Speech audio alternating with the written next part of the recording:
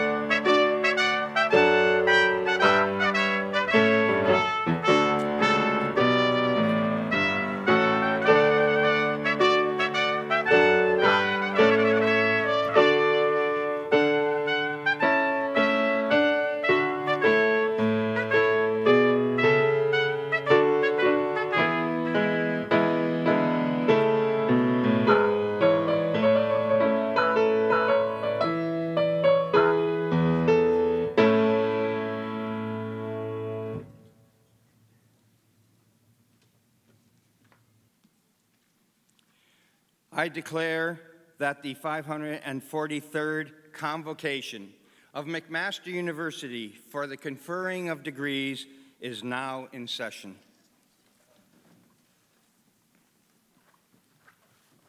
Please be seated.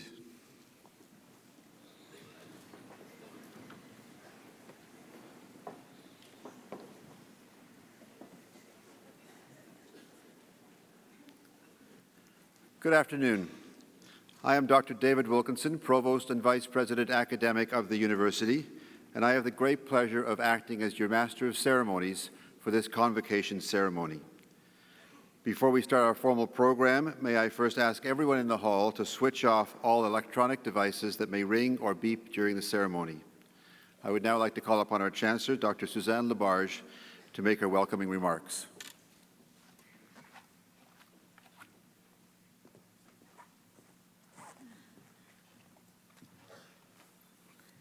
Welcome, honored guests, staff, faculty, families, friends, and most importantly, graduands. This is an exciting day for all of you who are graduating today, as well as for all those people who have supported you and stood behind you, and in many cases have had a key role in your being here today. You have achieved a great deal to get here, and you should all be very proud of your success and looking forward to what the future might bring. Congratulations, and enjoy the ceremony.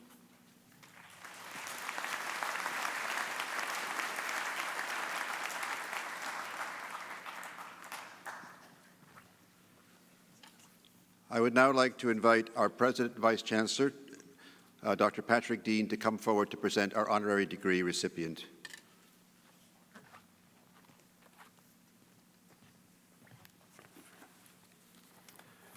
Chancellor, by the authority of the Senate of McMaster University, I have the honor to present Ela Butt.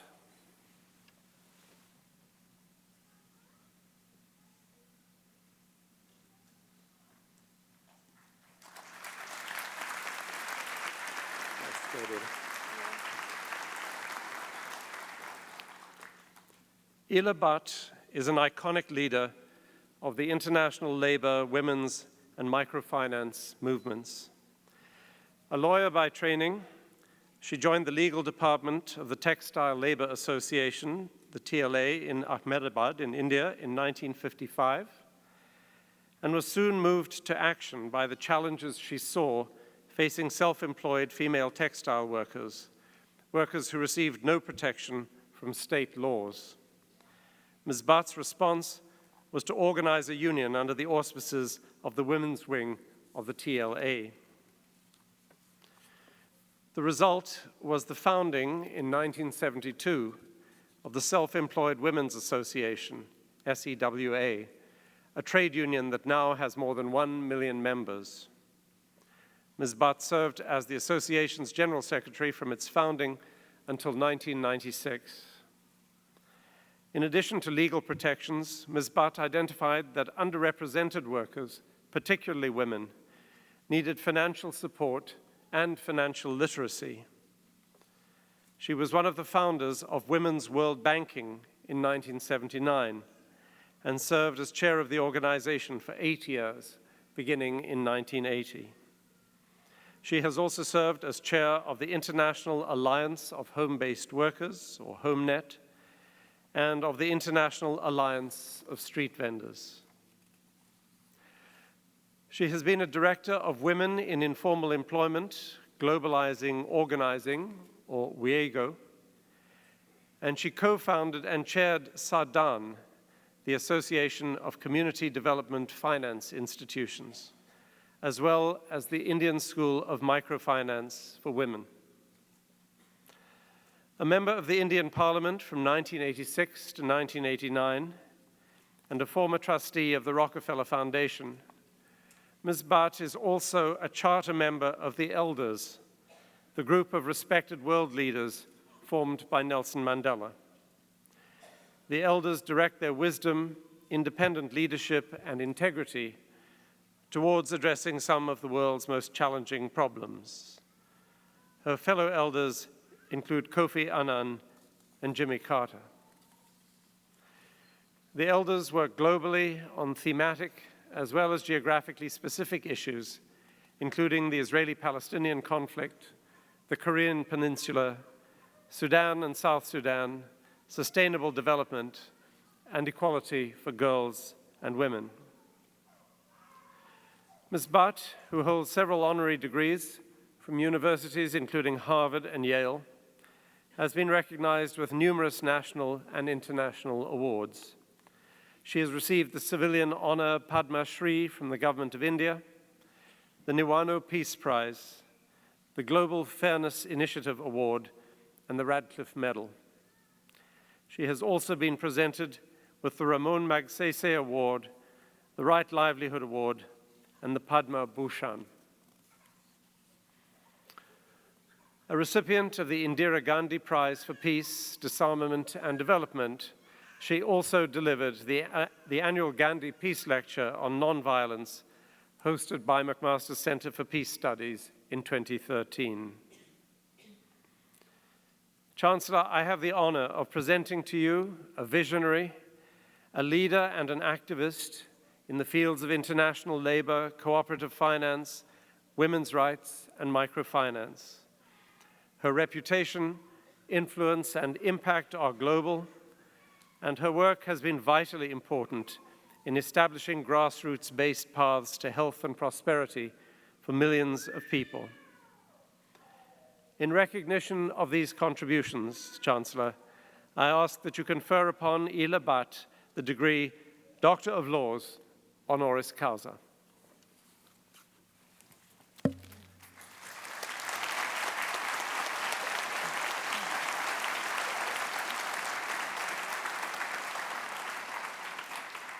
Ila Butt, by the authority of McMaster University Senate, I have the great pleasure to confer upon you the degree Doctor of Laws, honoris causa in McMaster University with all the rights and privileges pertaining to that degree.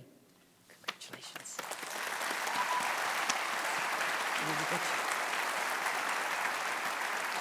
Please sign the convocation register.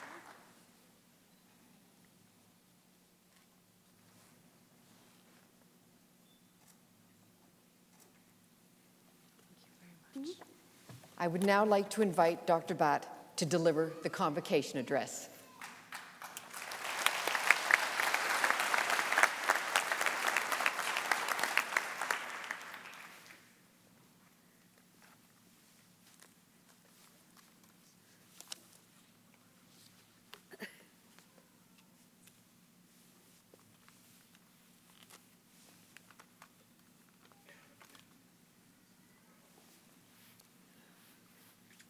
Sorry.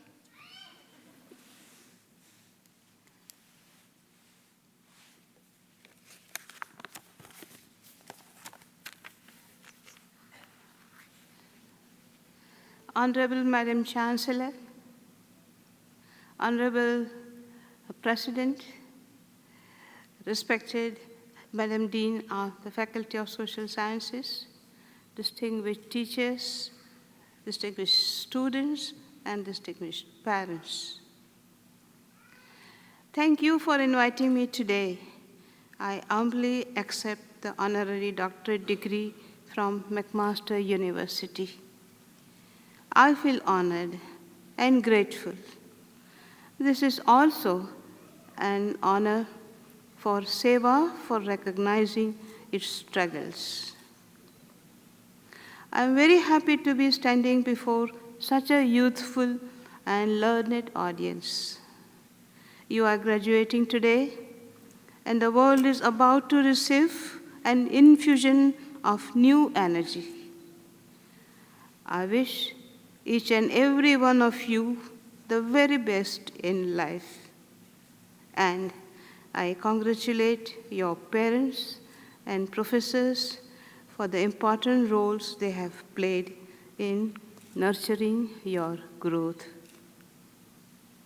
The world of work many of you are about to step into that world is exciting, empowering, at times intimidating. But I'm sure your university has prepared you well for meeting challenges. You have read a lot, you have thought a lot, and now you are about to experience a lot. Your experiences will shape you. Your experiences will teach you lessons that you may or may not understand. But the sum of your experiences is your life. So, how do you make your life meaningful? How do you respond to the person who says, join the world, this is reality, this is how things are done? Here, let me share a few thoughts. When faced with so-called reality, ask questions. Your answers lie in your questions. Questions open doors. They open up your thought processes, your powers of observation. They invite you to rethink, reassess, evaluate your experiences in a different light. Questions throw light on issues, revealing the shadows, and illuminating the truths. The answers come by and by over the course of our lives, or sometimes in a blaze of light, at times in the form of simple truths, at other times as a host of partial truths. And you may then realize that there is no single answer to the question you asked. There are many answers. Truths take many forms, and some truths are just questions. In the early 1970s, when I began working with poor women self-employed in India, I began to question the definition of work, W-O-R-K, work. Here were women who worked from dawn till dusk, selling vegetables, rolling cigarettes, biddies, sewing garments, making baskets, growing crops, raising cattle, and doing hard, back-breaking jobs for long hours in a day, earning money and supporting their families. But in the eyes of the law, they were not workers. Why? Because they had no employer. You may have heard of informal economy.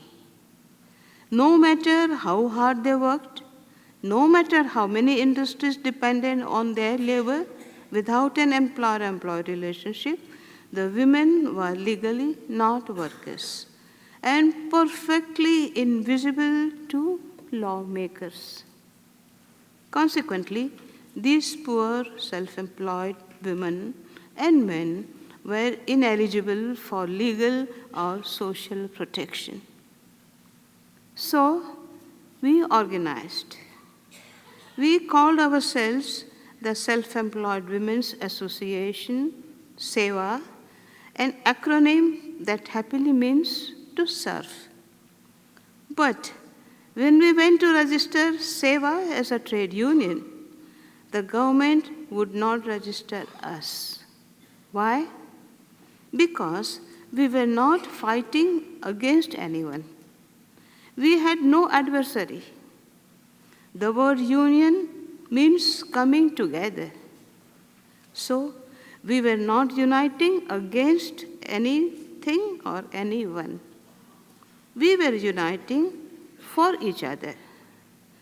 It is by questioning the narrow perceptions of society, the government, and the law that we set in motion a movement of poor self-employed women that is today 1.8 million women strong and growing. You will notice poverty. Poverty that where there is poverty, there is injustice. To me, Poverty is a form of violence perpetuated with the consent of society. Ask, is poverty just a matter of money? Can poverty be eradicated with money? No.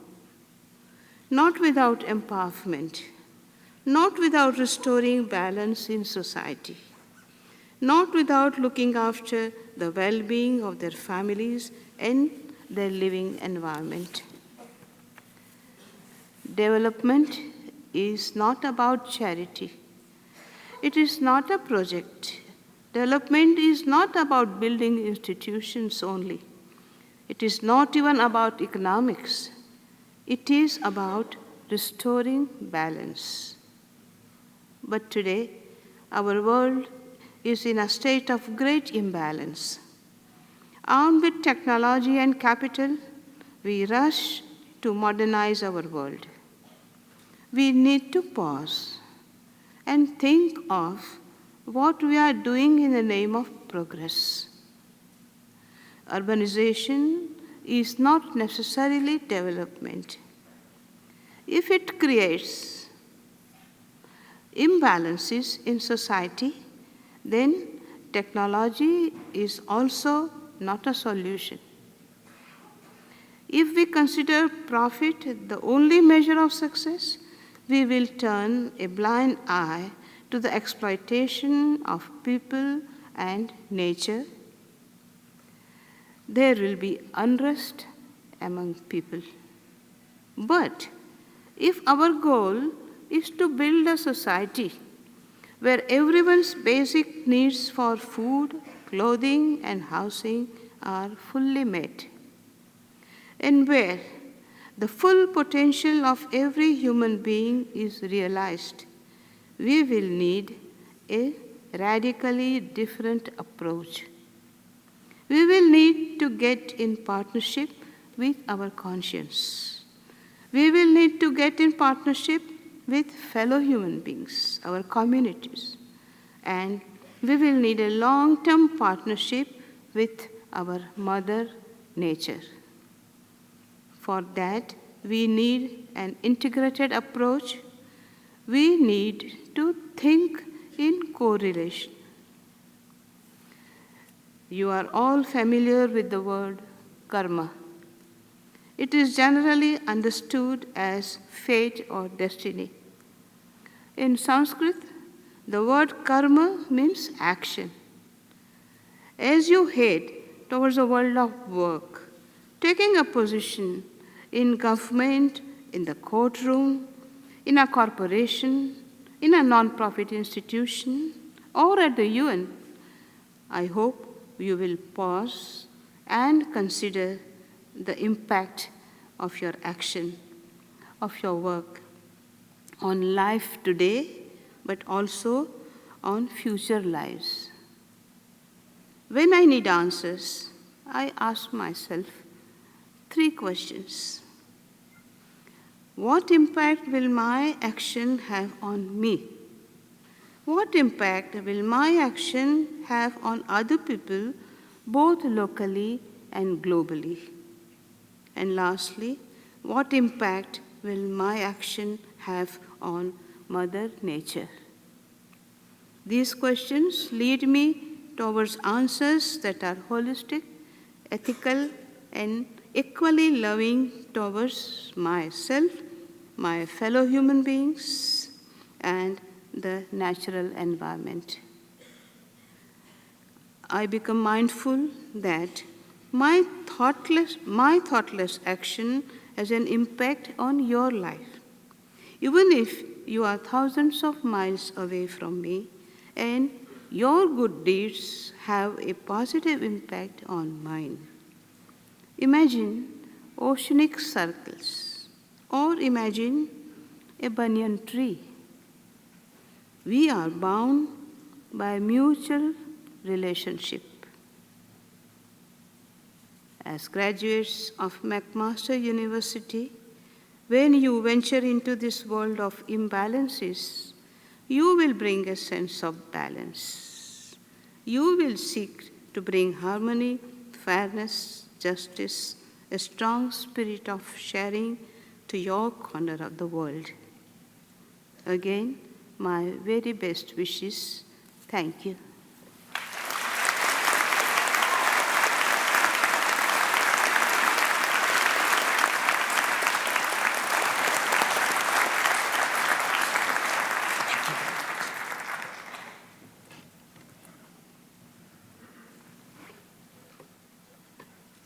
Thank you very much, Dr. Batt, for your comments. Dr. Batt represents, I think, is a stellar example of what one person can do. She identified a weakness in the system, an injustice, and decided to do something about it. I'm sure when you asked her when she started it, that she looks back, she never would have thought it has led to where it has led. And I think the point that she's making is each of us have a choice, and that having the courage to take a look at it and say, I can make a difference, I can ask the right questions, I don't need to accept the status quo, is something that we should all reflect on. And I think she's a wonderful example, and we are absolutely delighted to have her as part of the McMaster family.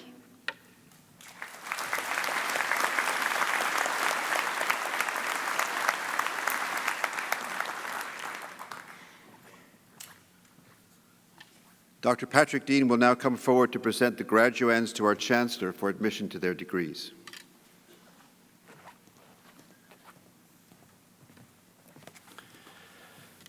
Will the graduands please stand?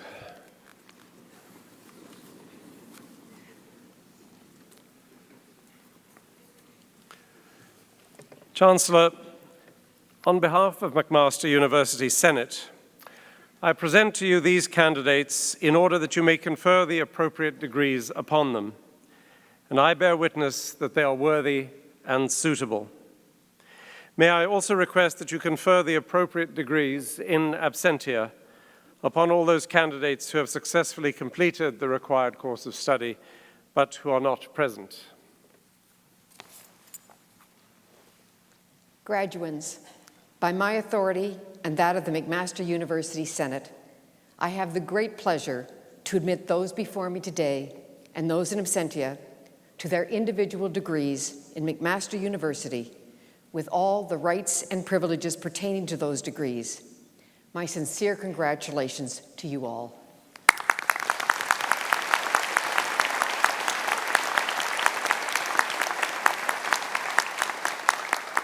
Please be seated.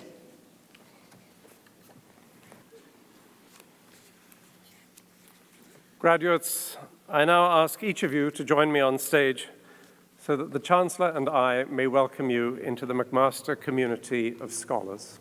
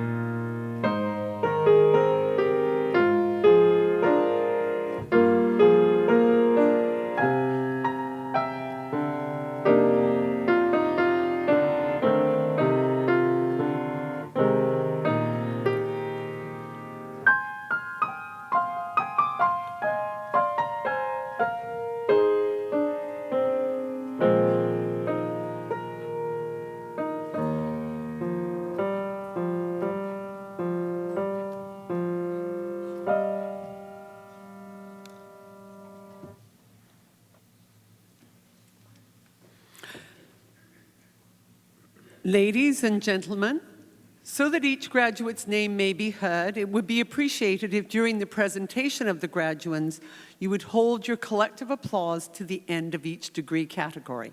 Thank you.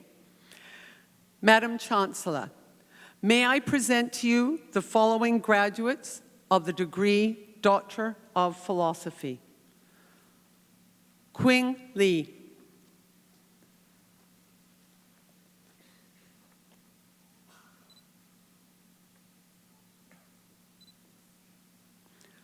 Joel Liddell Wagner.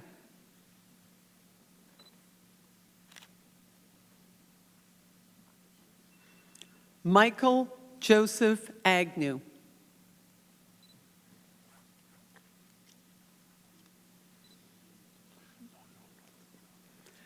Adrian Tseng.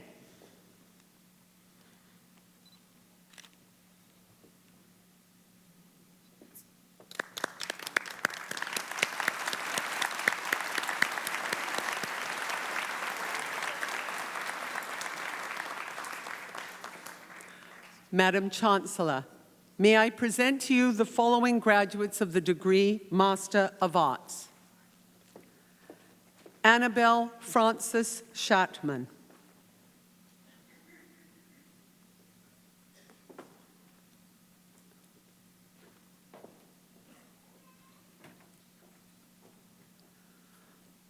Mohammed Yusuf Haider Malik.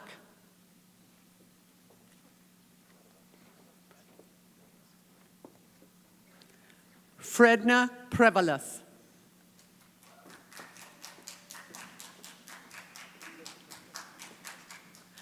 Aditya Narayan.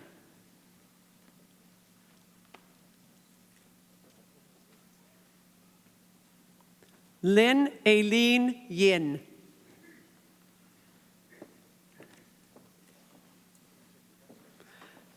Gabriel David Hurrah.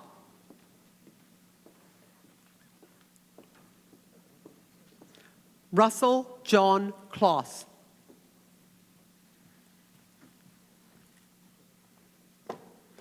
Samson Nadia.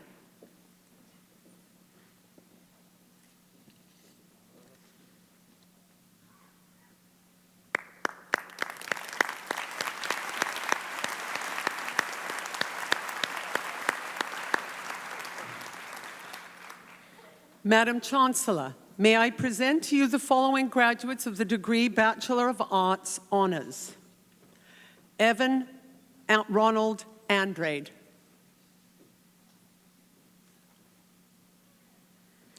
Whitney Sarah Austin.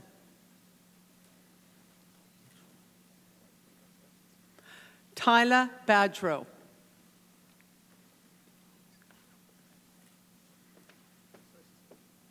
Supreet Banwait.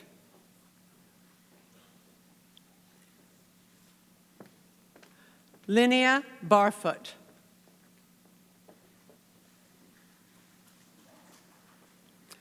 Brittany Grace Bates.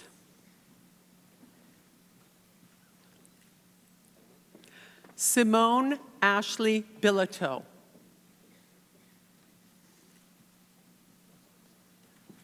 Amanda Bond.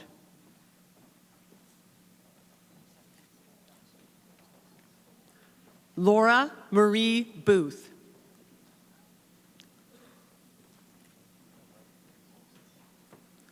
Christina Ferretto Botas.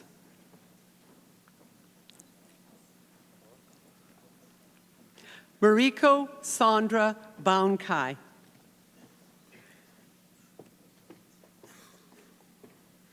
Jacob Russell William Breckelmans.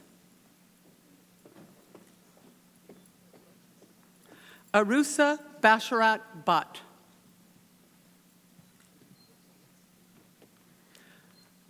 Bridget Campbell.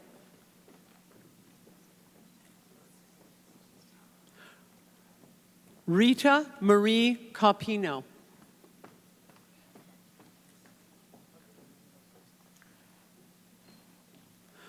Luis Eduardo Castillo Peraza. Hilary Che.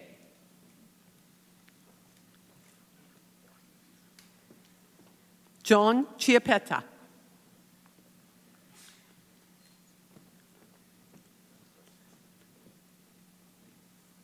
Amanda Marie Eulalea Cope.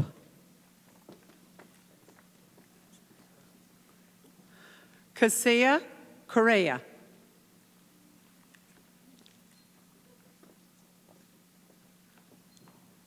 Lindsay Craig.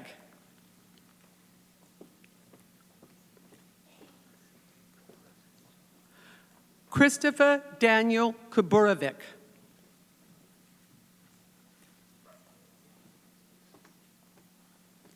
Ned Daniel Curry.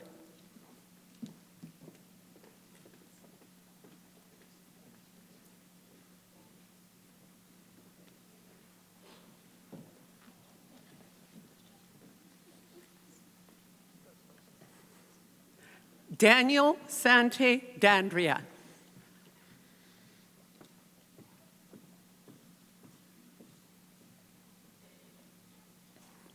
Shante Emily Beatrice de Freitas.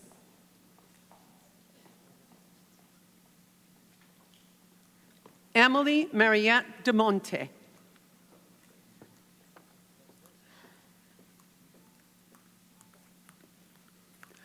Nikki Denochet.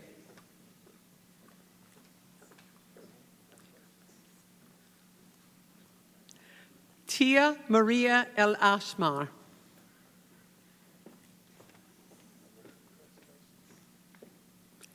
Aaron Arench.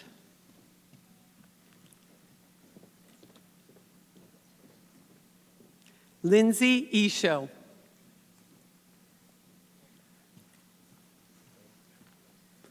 Marissa Etwaru.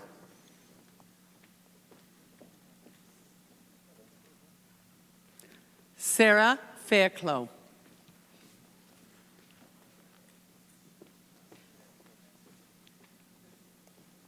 Samir Feta.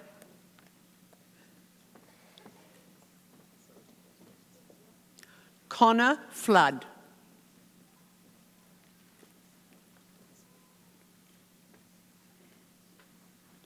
Renee Ford.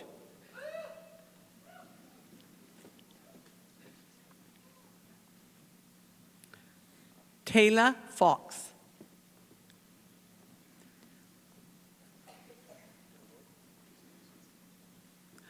Danielle Sylvia Rose Frazina.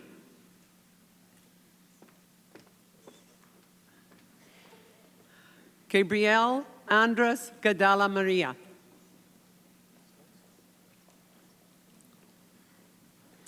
Rachel Gow.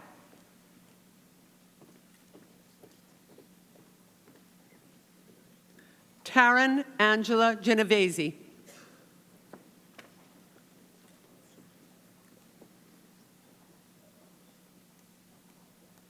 Georgina Ukwoma George Nweki.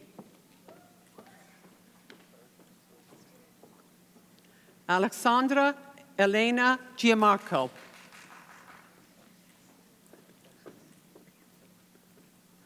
Nabila Glubitz.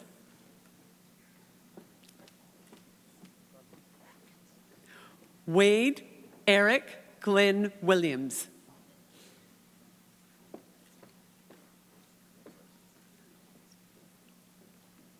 Nicholas Caden Goreski.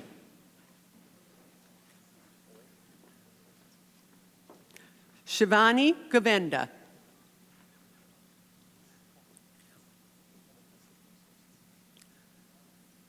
Michelle Lynn Gowan.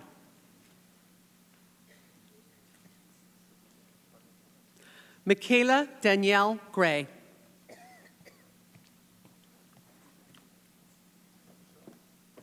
Xuan Guan.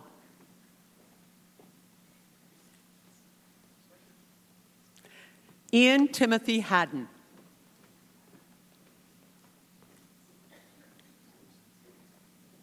Alexander Edward Harris.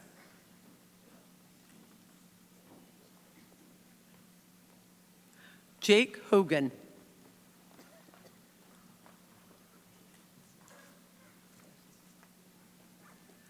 Evan Hukong Taylor.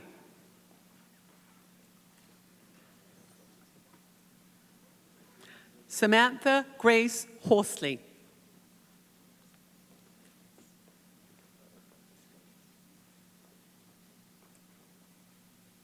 Arisa Huma Hussein.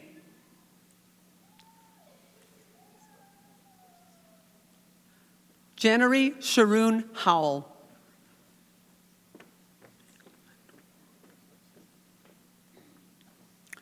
Ming Wen Huang.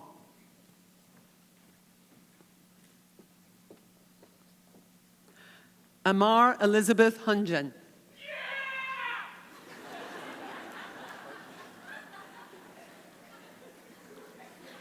Adure Natalie Ibe.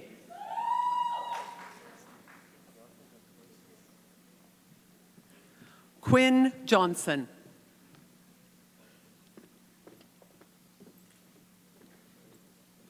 Selena Joshua.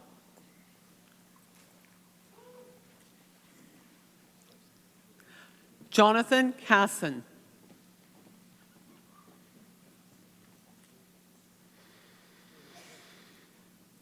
Kathleen Katchik.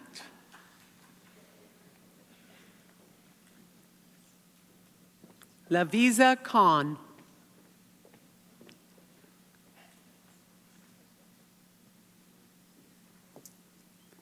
Tanisha Kishan.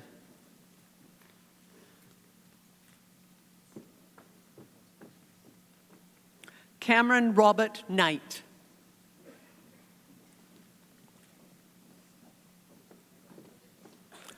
Ho Yin Jackie Kwok.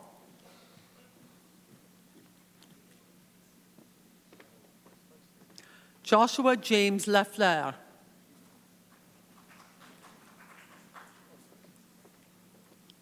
Edward Lottie.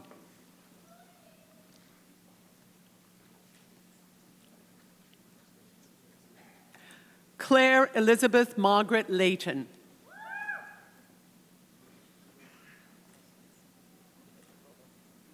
Courtney Lockhart.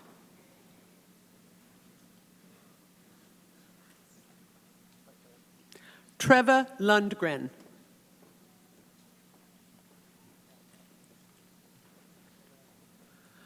Naila Mahmood.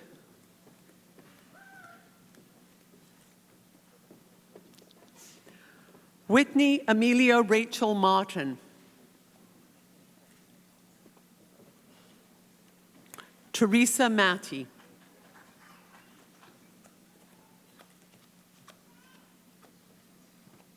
Travis McCallum.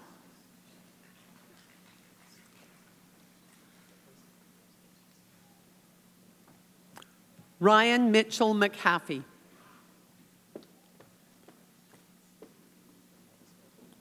Olivia Mursky.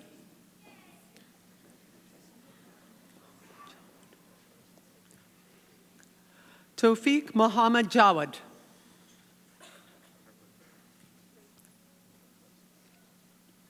Andy King Hai Mok.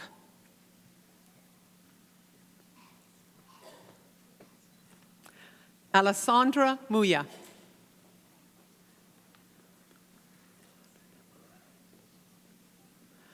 Smitha Muralidhara.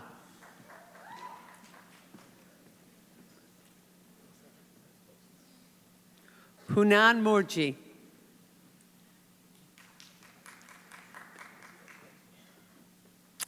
Sam Nagib.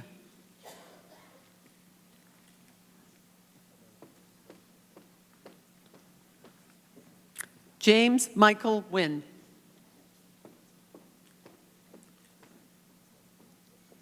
Jocelyn Nicholas.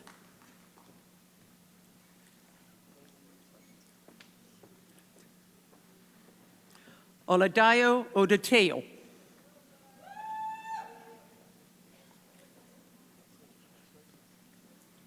Beverly Josephine Ostrihan.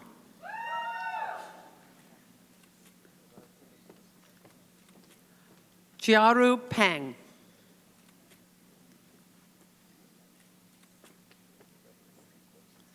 Nithu Paul. Hey, Tristan. Tristan Paul.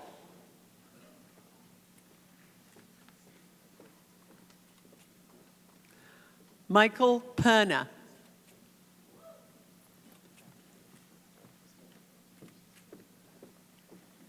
Stephen Policelli.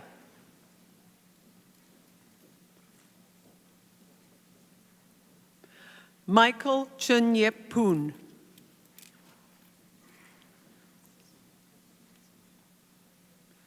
Jasmine Jacqueline Pryor.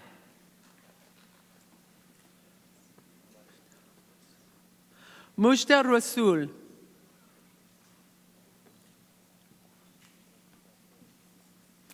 Huria Raza.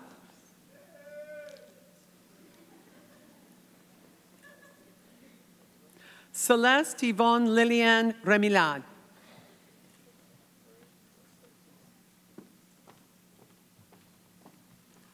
Lindsay Elizabeth Robinson.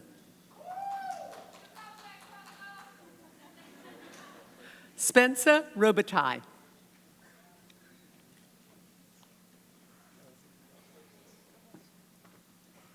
Thomas Arthur Rolfe.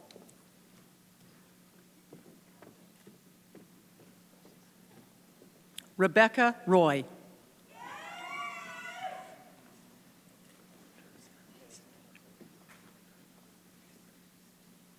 Monuza Safir.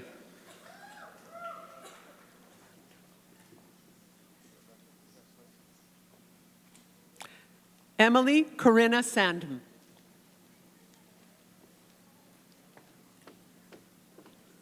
Amanda Sophia Santana.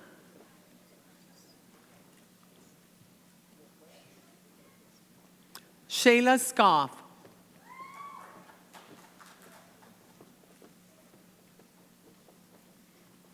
Michael Gordon Dunfield Scott.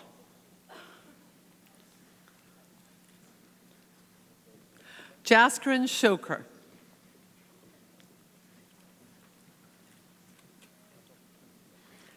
Mandeep Sira.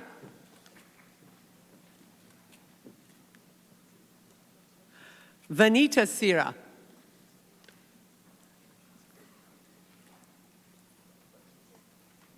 Kristen Elizabeth Simpkins.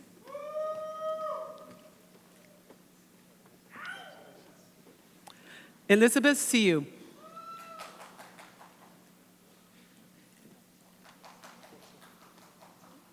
Alicia Ann Smith.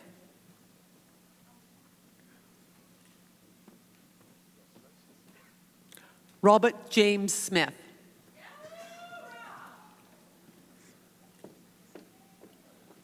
Winona Smoke.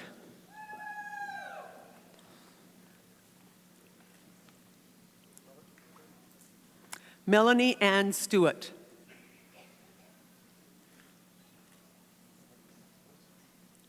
Cameron Stones.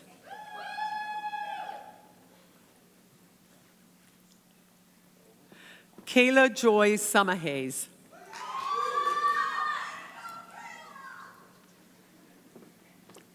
Jessica Catherine Siri.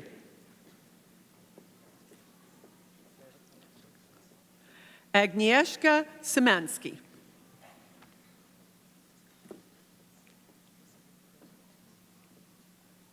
Christopher Telford.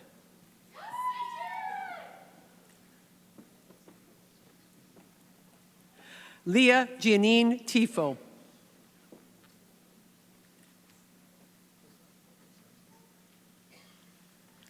Anthony Tran.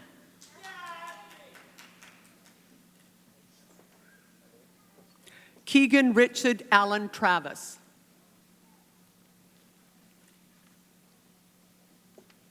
Evan Trott.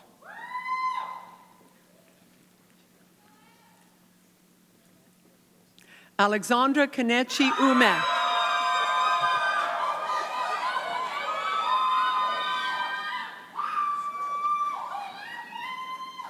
Eric Corey Verasso.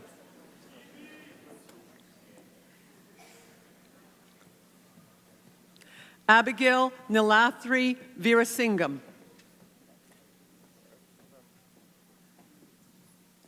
Katrina Verhoff.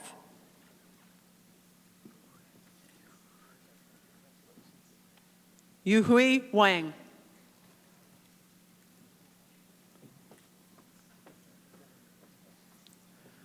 Roxanne Kumbala Wildenstein. Daniel Williams.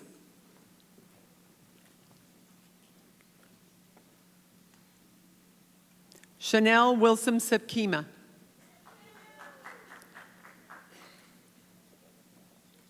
Samantha Penelope Weingard.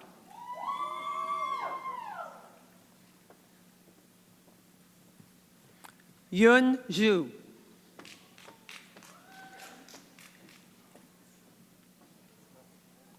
Shu Yang.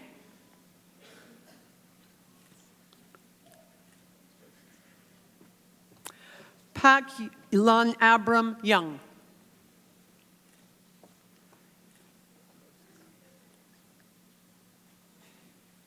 Rosalie Shireen Sahid.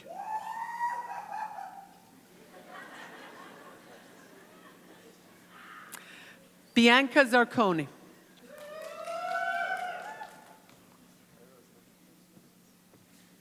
Jing Zhang.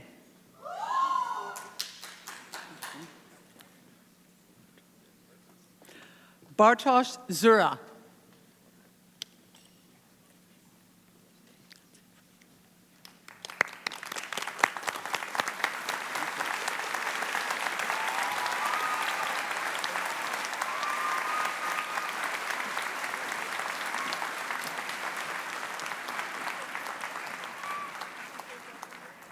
Madam Chancellor, may I present to you the following graduates of the degree Bachelor of Arts.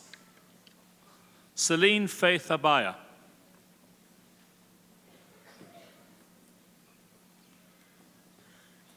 Dina Abdul Khalik.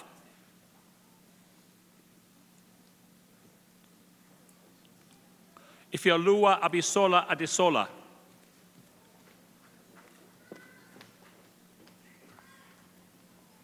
Vito Albano.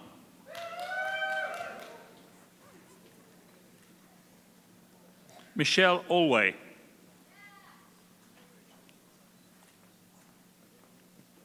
Mathura Ananthama Ankankaran. Eric Anderson.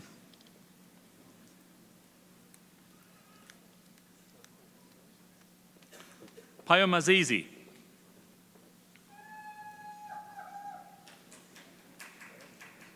Sarah Bellucci.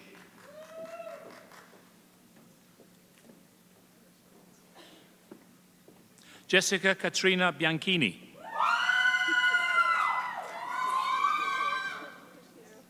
Victoria Ann Brancolin.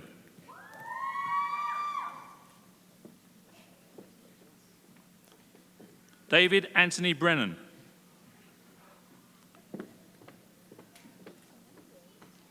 Felicia Bunse.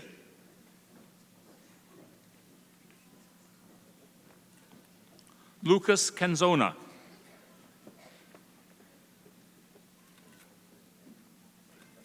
Stephanie Chan.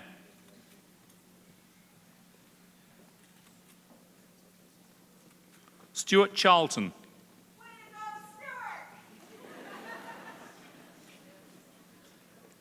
Victor Yu Lung Ching.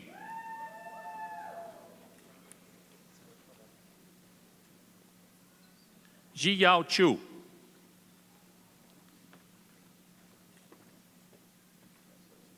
Maria Teresa Catone.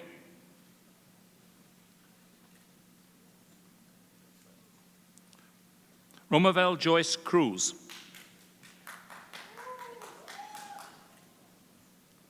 Nicholas Charles David Courteau.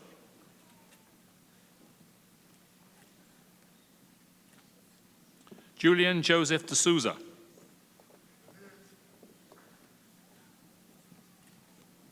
Callum James de Maria.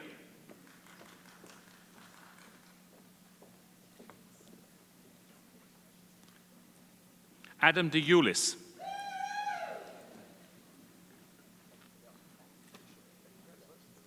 David Duarte.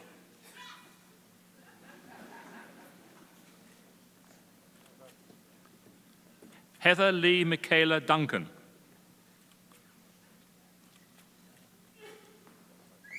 Nicholas John Esposto.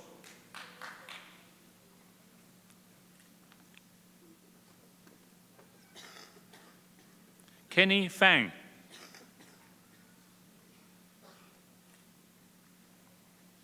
Sarah Love Farquharson.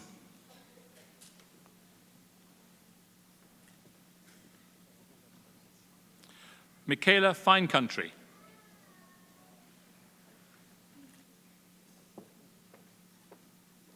Natalie Florek.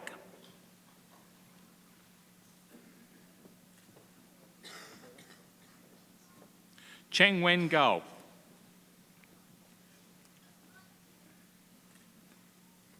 Shuofeng Guan.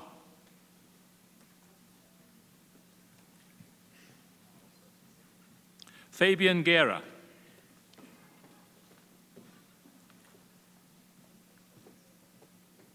Kenneth Harish Chandra.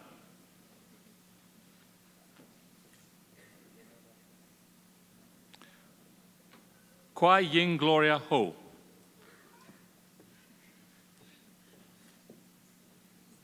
Samail Hussain.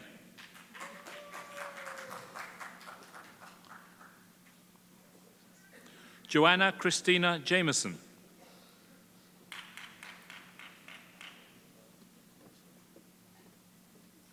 Ibrahim Ahmed Karimi.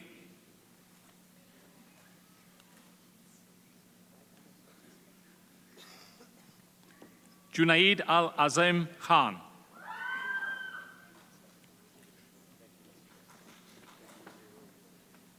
Cyrus Chun Lok Kong.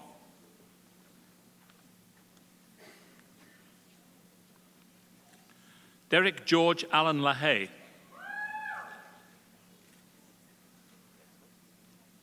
Chan Chao Li.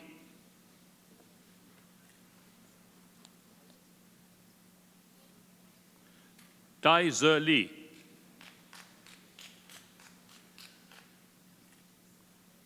Shi Yin Lin.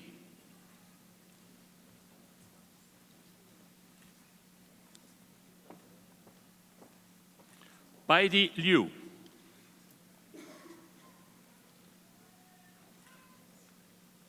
Martin Joshua Lamas.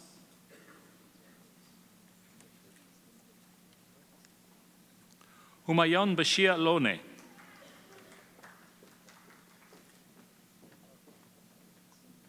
Stephen Long.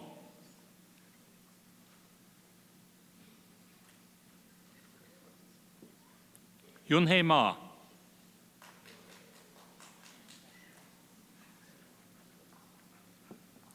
Romil John Mangabut.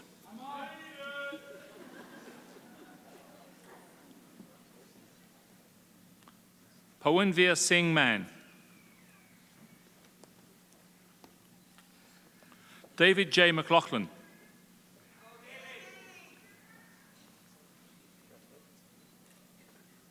Monica Morcus.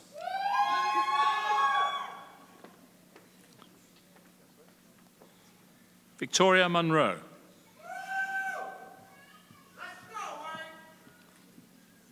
Jake Douglas Joseph O'Brien.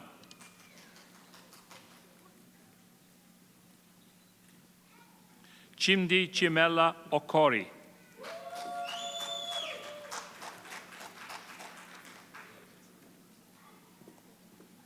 Manav Parikh.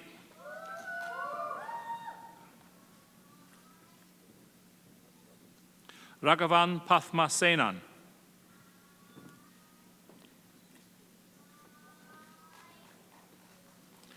Mario Joseph Petramala. Matthew Planeta.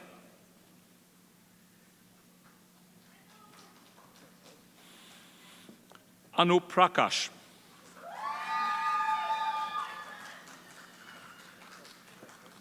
Dani Yaspal Ram.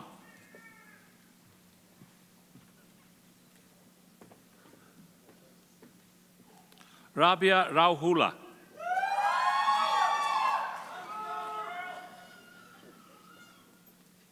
Matthew Douglas Rossi.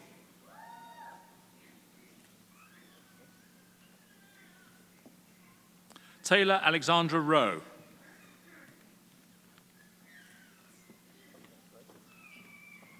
Eleanor Kathleen Ryan.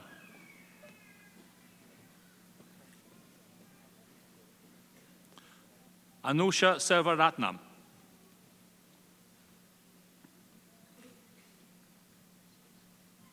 Hira Sheikh.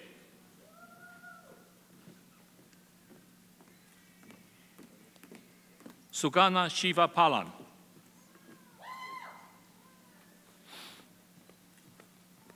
Sarah Stewart.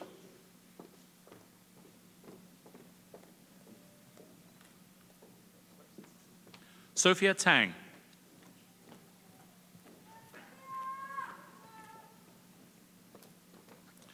Joré Robert Tessier.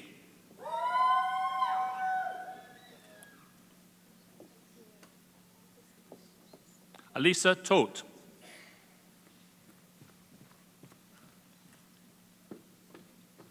Jose Miriam Velez.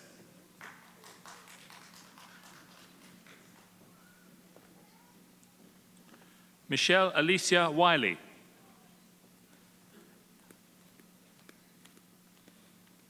Jackson Mantat Wong.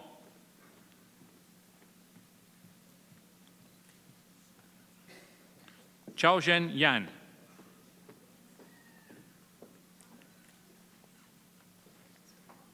Yunyi Yang.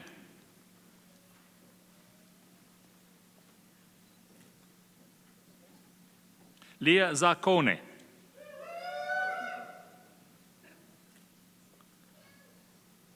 Kathy Zhang.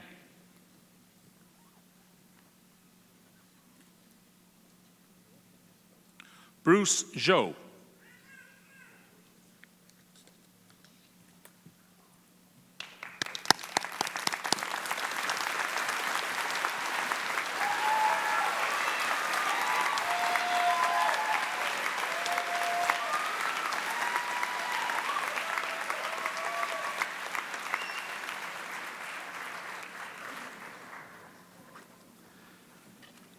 Ladies and gentlemen, I would now like to introduce Ms. Zaskrin Shoker, a graduate of the Political Science program who will be delivering the valedictory address.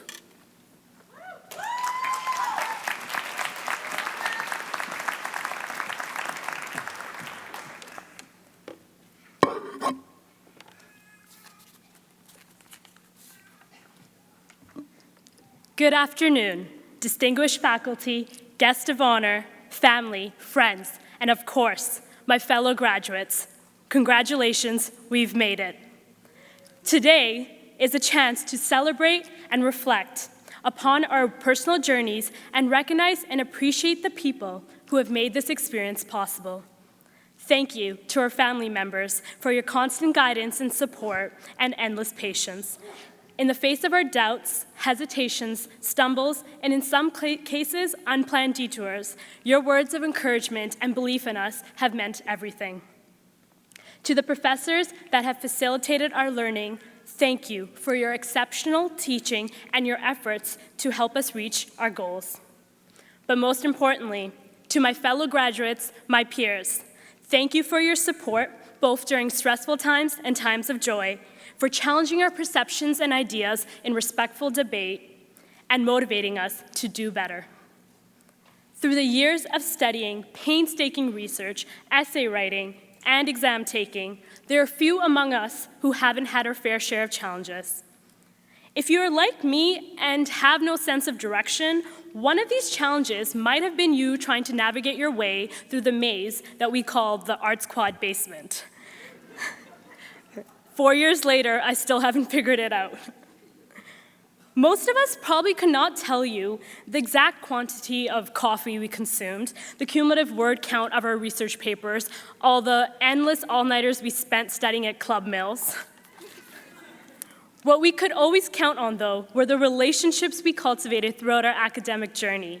We will forever carry the sense of community that members of the McMaster family so passionately continue to foster. In the Faculty of Social Sciences, we have had the privilege of exploring the most compelling and pressing questions we as a society face. In our respective programs, we have had the opportunity to learn about concepts and issues from multiple perspectives. Collectively, our academic experiences highlight the fact that learning does not always occur in solitude or isolation, but rather through engaging in dialogues both within and outside the physical confines of a lecture hall. I believe Dr. Patrick Dean, our President and Vice Chancellor, said it best in his Forward with Integrity letter. We are an institution devoted to the cultivation of human potential, which we believe cannot be realized by individuals in isolation from one another. I am deeply grateful to a university and an institution that encourages and invites its students to think critically, engage within our communities, and explore and nurture individual talents. More so than often, we are told that our generation is indifferent, disengaged, and apathetic. However, in my 4 years at McMaster, I have seen otherwise. This past year, in my role as the advocacy coordinator for the McMaster Students Union, I worked with a dedicated team of student volunteers to organize a variety of initiatives and campaigns to improve the undergraduate experience at McMaster. Whether we were encouraging students to make informed votes during elections, or we were providing a platform to engage with each other on the quality of teaching and learning, I have seen McMaster students, my peers, and my fellow graduates eager to participate, discuss, critique, and provide solutions. We all know of fellow graduates who have dedicated their spare time to volunteering in their communities or helping raise money for an important cause. We may have also seen some of our peers strive to excel within academia while balancing 2 part-time jobs on the side, trying to fund their education. So, when I think of our generation and when I look across this room today, I don't see indifference. I see compassion for others and the determination to succeed. As we celebrate and reflect upon our accomplishments today, we are also cognizant of those who may not have been afforded the opportunities we have at McMaster. Our education is a privilege that gives us access to a wealth of opportunities and knowledge. As we move forward today, it is important to acknowledge that with this privilege comes a tremendous responsibility.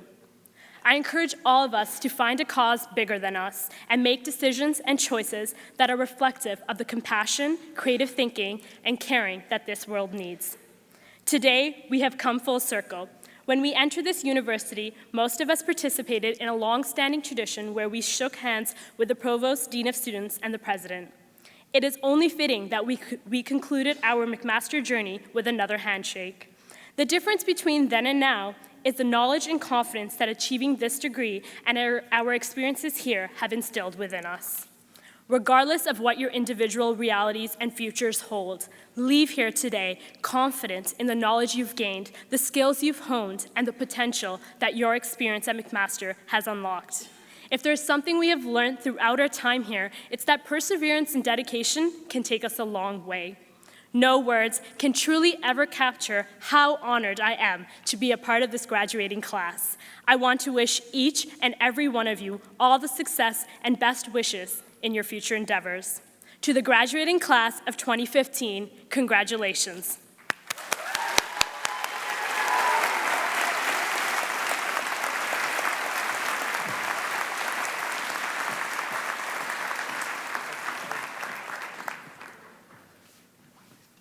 May I again call upon our President, Dr. Patrick Dean, who will present the President's Award of Excellence in Student Leadership.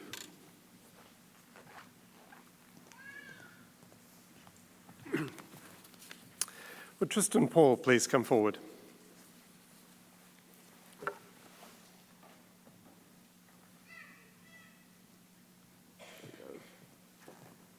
Second award in this many weeks.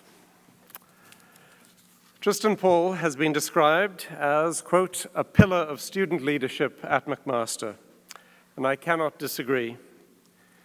For years, Tristan has made strides to enhance the student experience at our university through his involvement in the McMaster Students Union, the Student Representative Assembly, McMaster Social Sciences Society, and many other campus initiatives and organizations. He is a confident leader with a natural flair for supporting and representing his fellow students. Throughout the past year, Tristan has served the McMaster community as Operations Commissioner of the MSU, president of the McMaster Social Sciences Society and as a social sciences representative on the Student Representative Assembly. His door is rarely closed, his phone rarely switched off. Even when the issues are tough, Tristan is known for welcoming all sides to the table and working collaboratively to find solutions. He's earned a strong reputation for going the extra mile, and he's never afraid to lend a helping hand whenever and wherever it is necessary. Throughout his time at McMaster, Tristan has also served with great enthusiasm as a member of the McMaster Students' Union President's Council, the Experiential Education Governing Council, the Horizons Conference Planning Team, the MSU Advocacy Street Team, the Senate Committee on Student Affairs, the Musk Board of Management, the Academic Affairs Council, McMaster Entrepreneurship Center, McMaster Economic Society, and MacBeat. He's also been a two-time leadership developer with the Creating Leadership Among Youth, or CLAY, conference, and donned a Welcome Week jumpsuit for the Faculty of Social Sciences from 2012 to 2014. His list of accomplishments within each of these roles is too considerable to list here. It is fair to say that Tristan Paul has left a lasting mark on the entire McMaster community. Congratulations, Tristan. It's such a good honor. Privilege. Here you are. Thank you. Well done.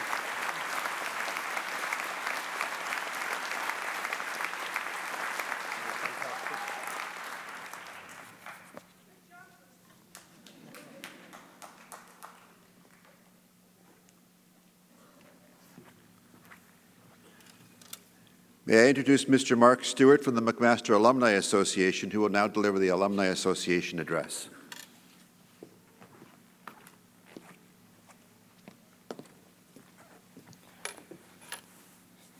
Still trying to process Tristan's long list of accomplishments. Congratulations.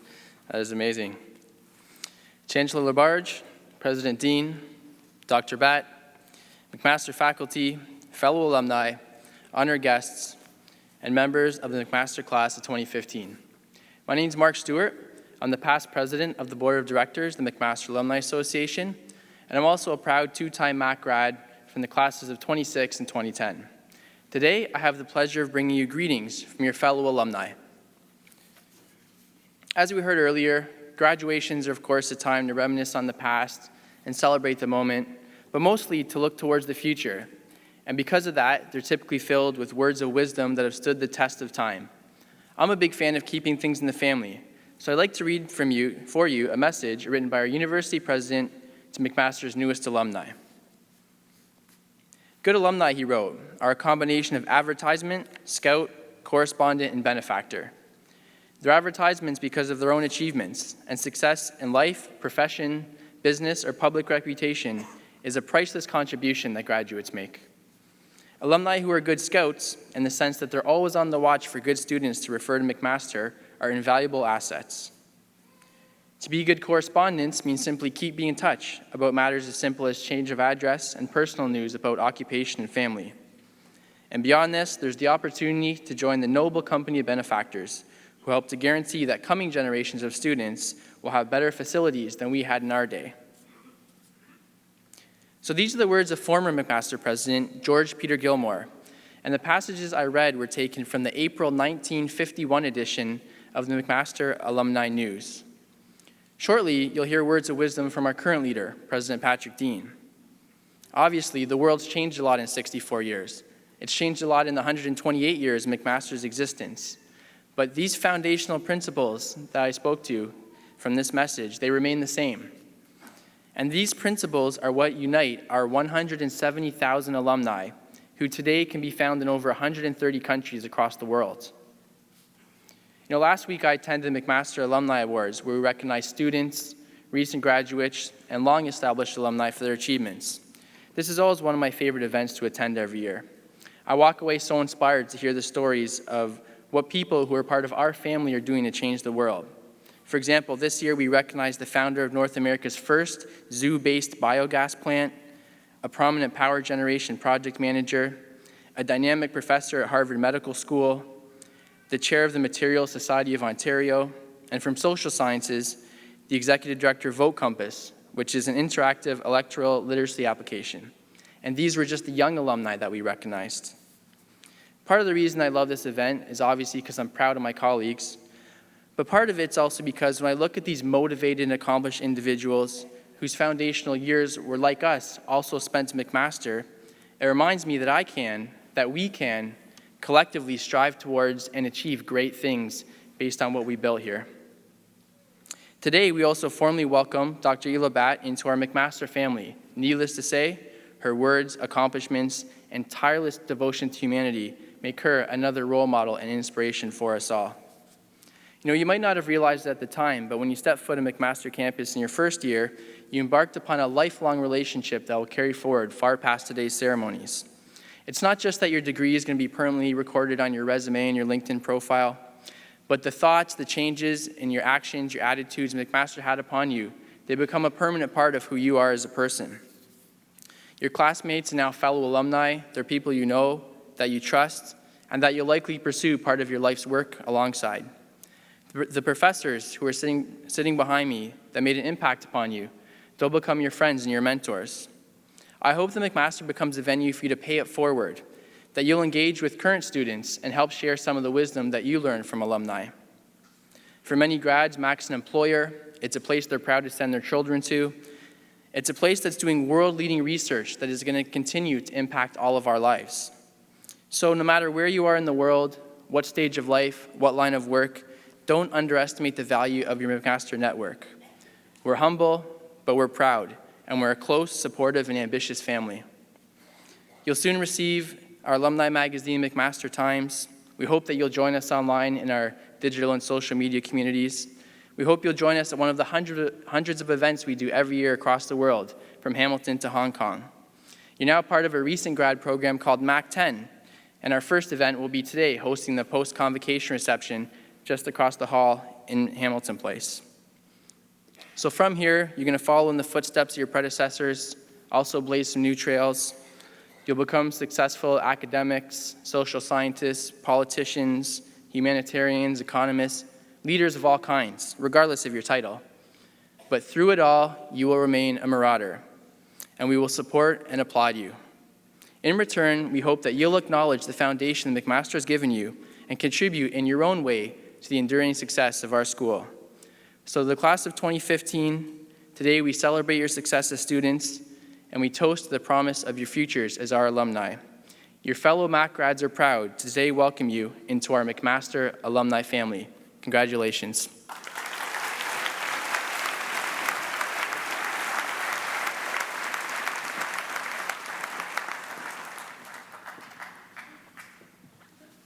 May I invite Dr. Dean back to the podium to deliver the President's address.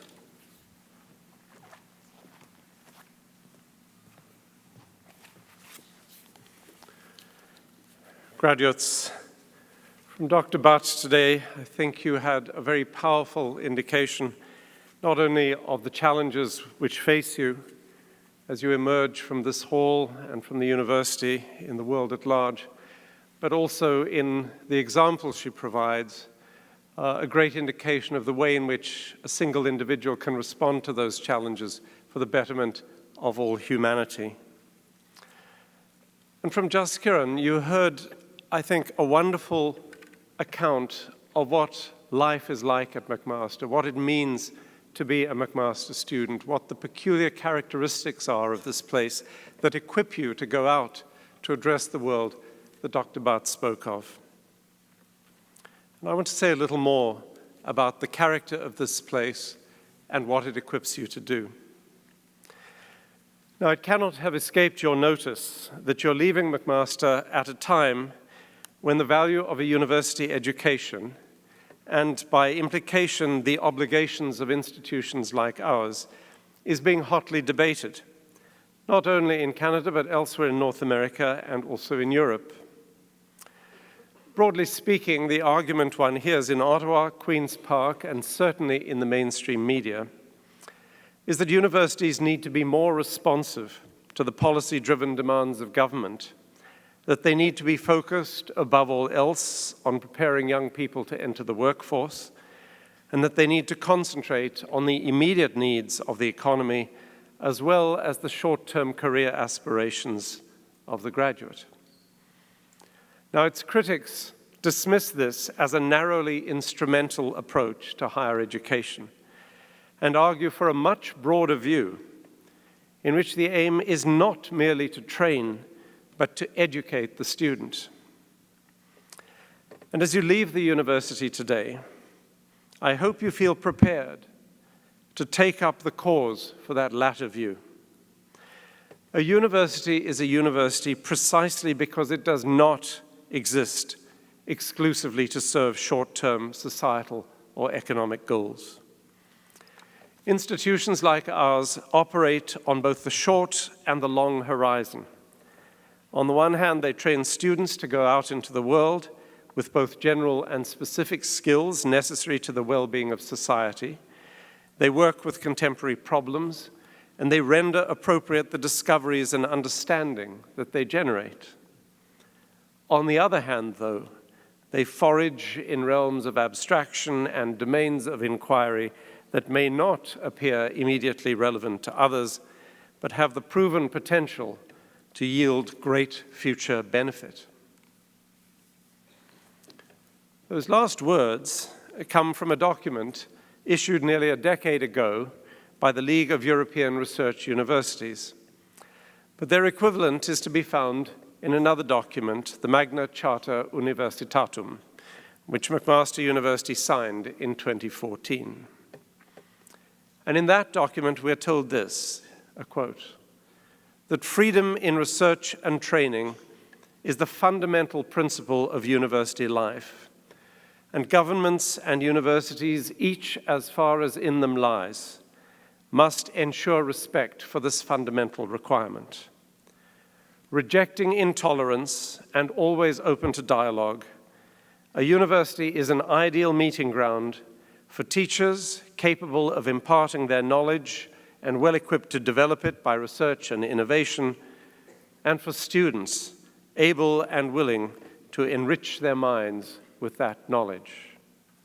That from the Magna Charta. You have demonstrated yourselves both able and willing, and you have undoubtedly been enriched in ways that are apparent to you today, and other ways of which you are possibly unaware, which will become clear to you in the years to come.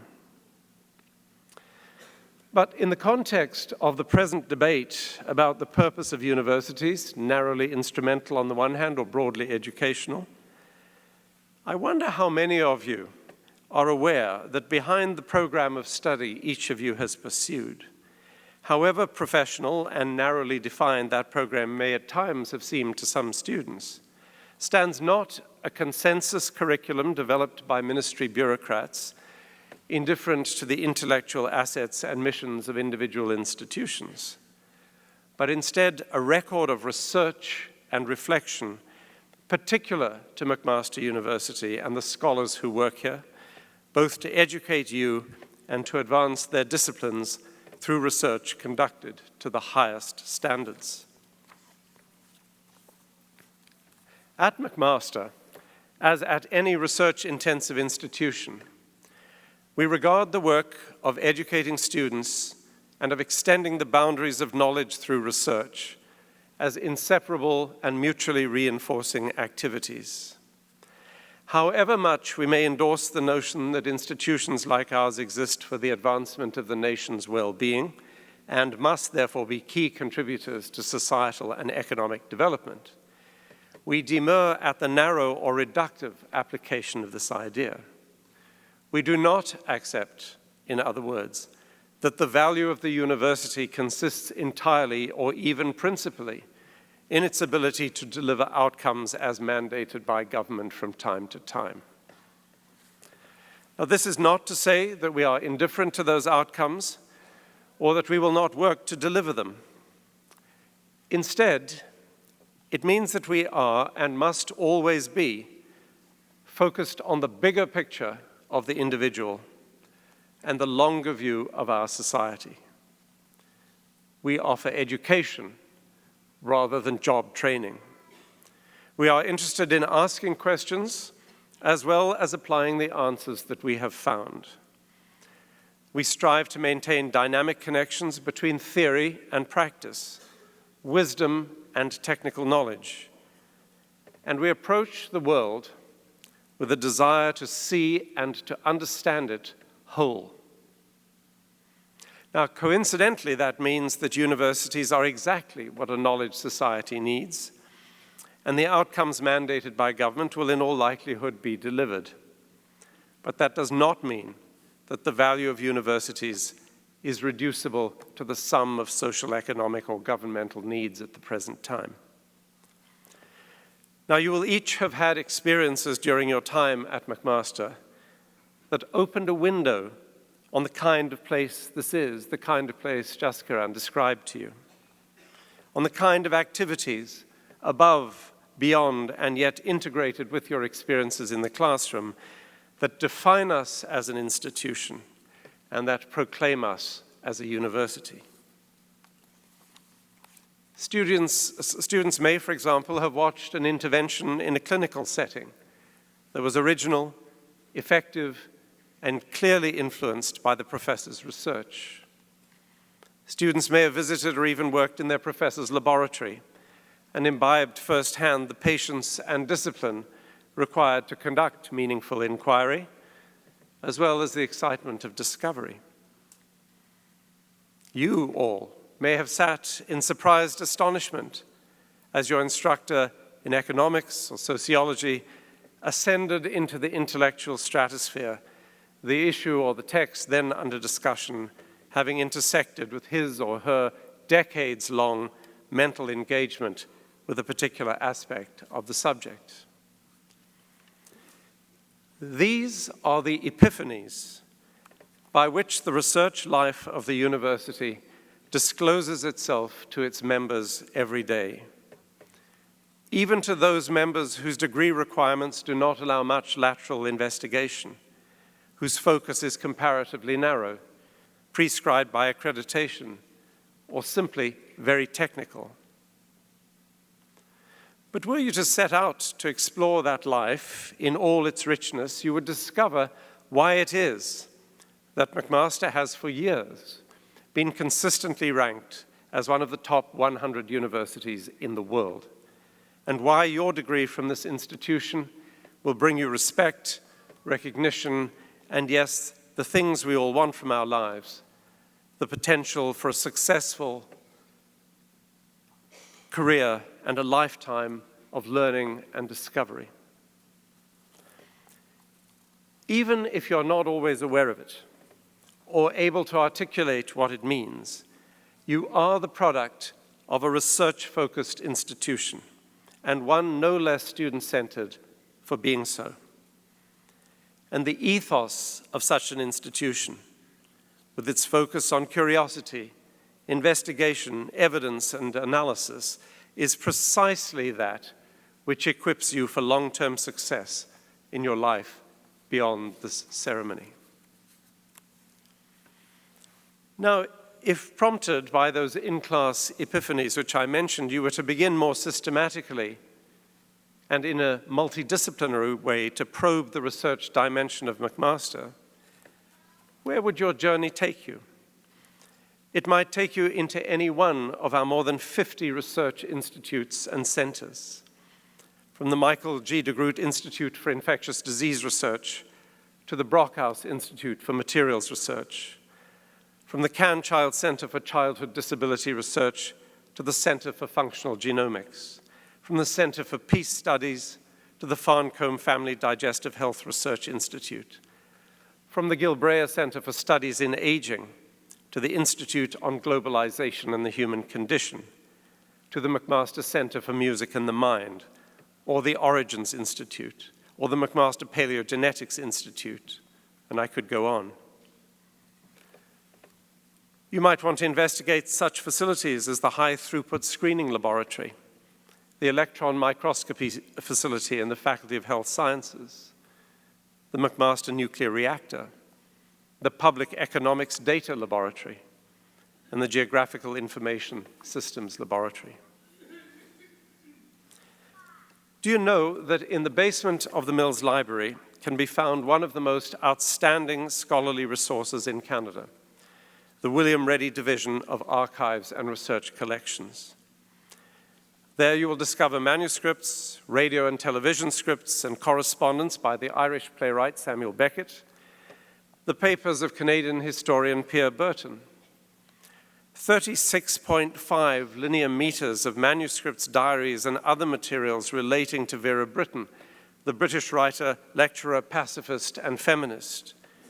You'd find the papers of Farley Mowat. You'd find 18th century British military manuscripts, journals, and newsletters, and a host of valuable and illuminating documents vitally important for primary research in the social sciences and in the humanities. And occupying pride of place in the basement of Mills Library are the Bertrand Russell Archives, an unparalleled collection of primary and secondary materials relating to Bertrand Russell, the British philosopher, logician, and essayist who won the Nobel Peace Prize in 1950. Visit Mills, and you can sit at Russell's desk. You can peruse his library. You can admire the wing chair in which he sat to read and explore the world of 20th century literature, politics, and culture. The Russell Archive is a priceless resource for research in the humanities and in politics. And like the labs, centers, and institutes which I mentioned, it stands as testimony to the seriousness with which McMaster University has committed itself over the last 128 years to the discovery of knowledge. It embodies, facilitates, and testifies to that broader view of the university's mission to which I referred at the outset, insisting by its presence that we not concede to the narrowly instrumental role governments in our society would from time to time seek to impose on us.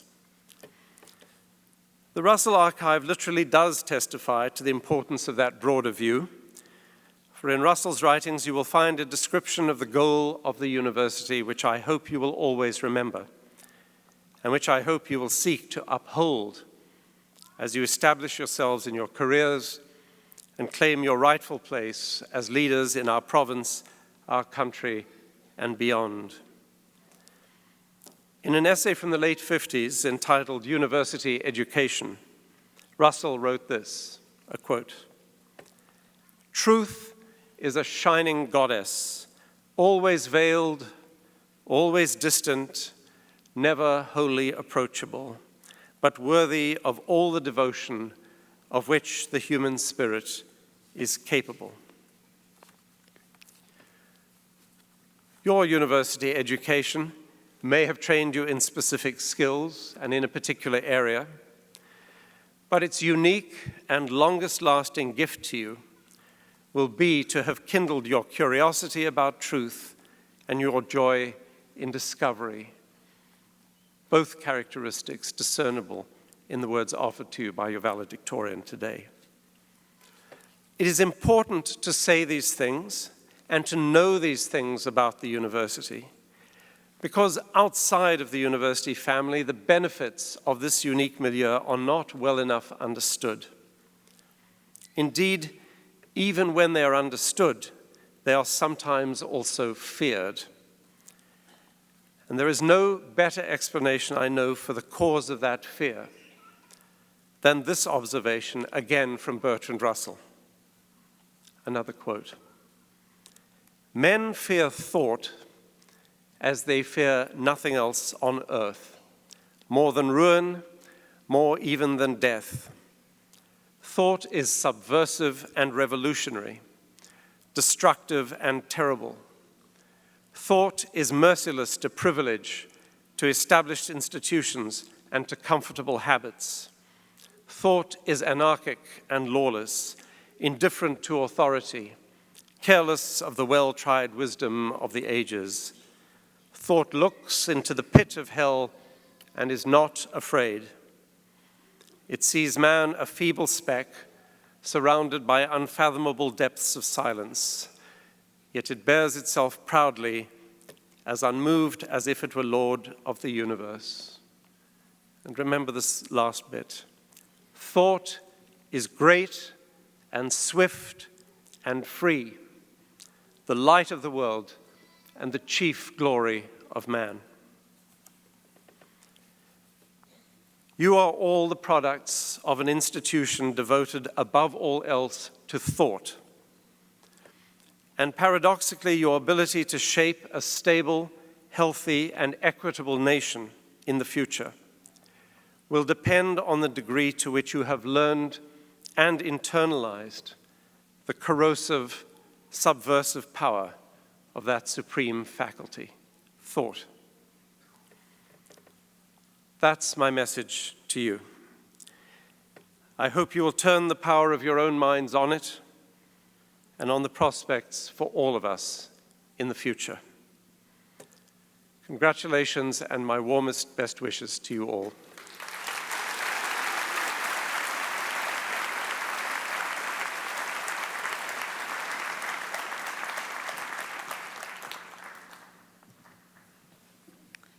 Congratulations to the class of 2015. As a fellow alumna, I'm looking forward to seeing where you all go from here. As Mr. Stewart so eloquently said, you're all now graduates and members of what he pointed out was a wonderful group of alumni. And he talked about what you can get out of it. One of the points I want to make is last weekend, I ended up spending the day at the alumni reunions, the class reunions, and in particular the class of 1965. What amazed me were the friendships that had been forged 50 years ago. Now remember that in those days, to maintain friendships, unless you lived essentially next door, you relied upon mail, written letters, and long-distance phone calls, which in those days were outrageously expensive. But what I found interesting was just how valued those friendships were. And so I really want to encourage you. You have all the means, technical means at your fingertips now to do it, to keep the friendships that you've developed here. The experience you've shared during the years that you've spent here are absolutely amazing. And it would be a pity to lose those contacts. As you get older, what you learn is quite often your oldest friends are your best friends. And you have an opportunity of maintaining those contacts, and please do so. Dr. Batt, congratulations on your many accomplishments, and I think you've given us a lot to think about there. And Dr. Dean, I think his comments are very worthwhile thinking about in many ways. And for those of you who are taking economics or political science, you might understand my fascination with watching what's going on with Greece. Here is a country that is politically dysfunctional and financially dysfunctional, and you watch the impact on the citizens of that country. And I step back, and I'm always grateful that I am a Canadian. But what many of you may not know is what's happening in the education side. They have a new Minister of Education. And the first thing he did was set about tearing down the reforms that were made by earlier governments. He eliminated any entrance exams to the university. He eliminated any discipline around how you took courses when you graduated. He has asked that all foreign professors be removed from the universities. And he made the statement that excellence of education was not something he endorsed or felt was necessary. And again, it came back and said how grateful I am to be Canadian. The educational system in Canada has been superb, and we've all benefited from it. We may quarrel about how much is funded, but nevertheless, we have known that it is a value that is intrinsic in Canada. As Dr. Dean pointed out, we're now having an interesting and concerning debate about what it means, excellence in education. And I think your valedictorian so perfectly spoke out about what you have benefited and how you've learned and what the value has been. And I can only ask you to respond to Dr. Dean's challenge and take part in this. Again, it's back to what Dr. Batt has said, is it only takes It takes one step to recognize that you can make a change. And I ask you, for the future of our society, for what your children will have, that we keep the kind of educational system we have and the kind of learning that you were able to experience available to everybody else. With that, my very best wishes to all of you in whatever path you choose to go. Now, I would be remiss before I give you some housekeeping issues of not mentioning Dr. Charlotte Yates, this is the last time she will be involved in a social sciences convocation at McMaster. After 28 years, Dr. Yates is stepping down to take on the challenging role of provost at Guelph University. It's a loss to McMaster and a gain for Guelph. She's still going to be part of our McMaster family, and we wish her all the very best in her new role.